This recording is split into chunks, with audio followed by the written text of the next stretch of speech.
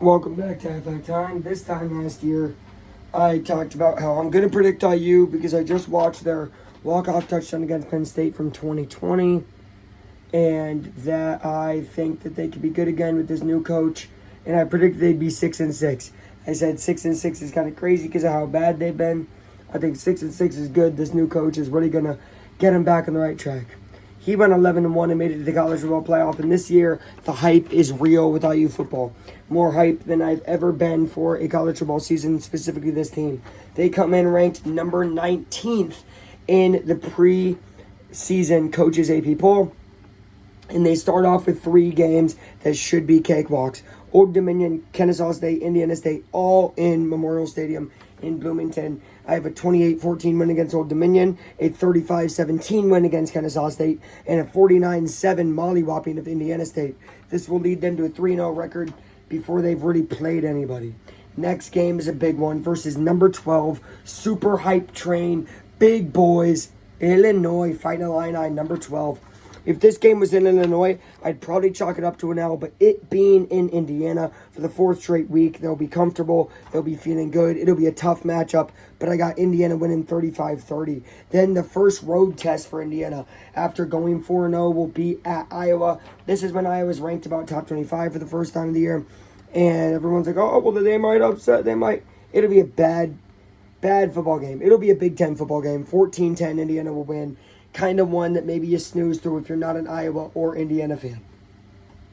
Next, at Oregon. Indiana's 5-0 at this point, and now they have to go to Eugene, one of the toughest atmospheres to play in. I have them losing big, 35-21 against Oregon. It's never really close. It's always 14 to 17 point range. I think Oregon handles Indiana. Next up would be against Michigan State at home. This being at home is even more reason to pick them. I would have had them winning by a little bit. In Michigan State, I'm winning by 11 at home, 28-17 for the Gold Spittoon. Then they play UCLA at home as well, so they're not doing a ton of traveling. Obviously, they traveled to Oregon, but then they get to come back home. And after a loss and traveling back home, you're going to feel excited. So that's why they do it against Michigan State. That's why they smoke UCLA 27-12. And then they have to go to Maryland. It's not too far. They travel to Maryland, and they beat Maryland 31-28. I think Maryland, Indiana is one that's bound to be close, and it will be. And it's also going to be close because Indiana's looking forward to their next matchup at Penn State. Look, if this team's going to make the playoff, they have to be 10-2, and they have to beat 2 of these 3 teams. Illinois, Oregon, Penn State. They have to win 2 of those 3. They've already beat Illinois. They're at Penn State. They would be at a record of 7-1 here. Penn State's probably going to be at a record of 7-0. Okay? I have them winning. Now, wait, before you're like, oh my God, this guy's completely out of it. I have them winning 28-24, walk-off touchdown, and losing the next week to Wisconsin. For some reason, when I saw this schedule, I really did see them beating 2 of the 3 ranked opponents. But for some reason, that Wisconsin game, even though it's at home, just coming off of a high against Penn State, I see a loss. 21-17, it'll be a close loss. But I don't know how the committee views that. I'm not predicting playoffs or whatnot, but just know that a 10-2 team who has 2 ranked wins but 1 loss to Wisconsin, they might keep them out because their name's IU. That's kind of how the committee goes. Sadly.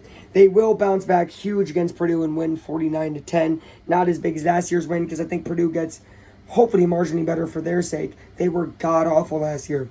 So that leads us to my prediction being 10-2. That is my prediction, the games I just set out to you.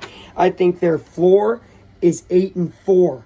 That would be losses to all ranked opponents and a team like Wisconsin, or maybe a team like Maryland, or a team like yada.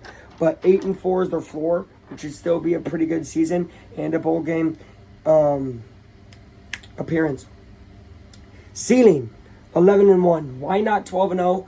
I don't see them beating Penn State and Oregon, so I think their ceiling would be like a win there in Wisconsin. Change my prediction, give them a win against Wisconsin. Their 1 loss is to Oregon. Or their 1 loss is to Penn State. They beat Oregon and Illinois, whatever.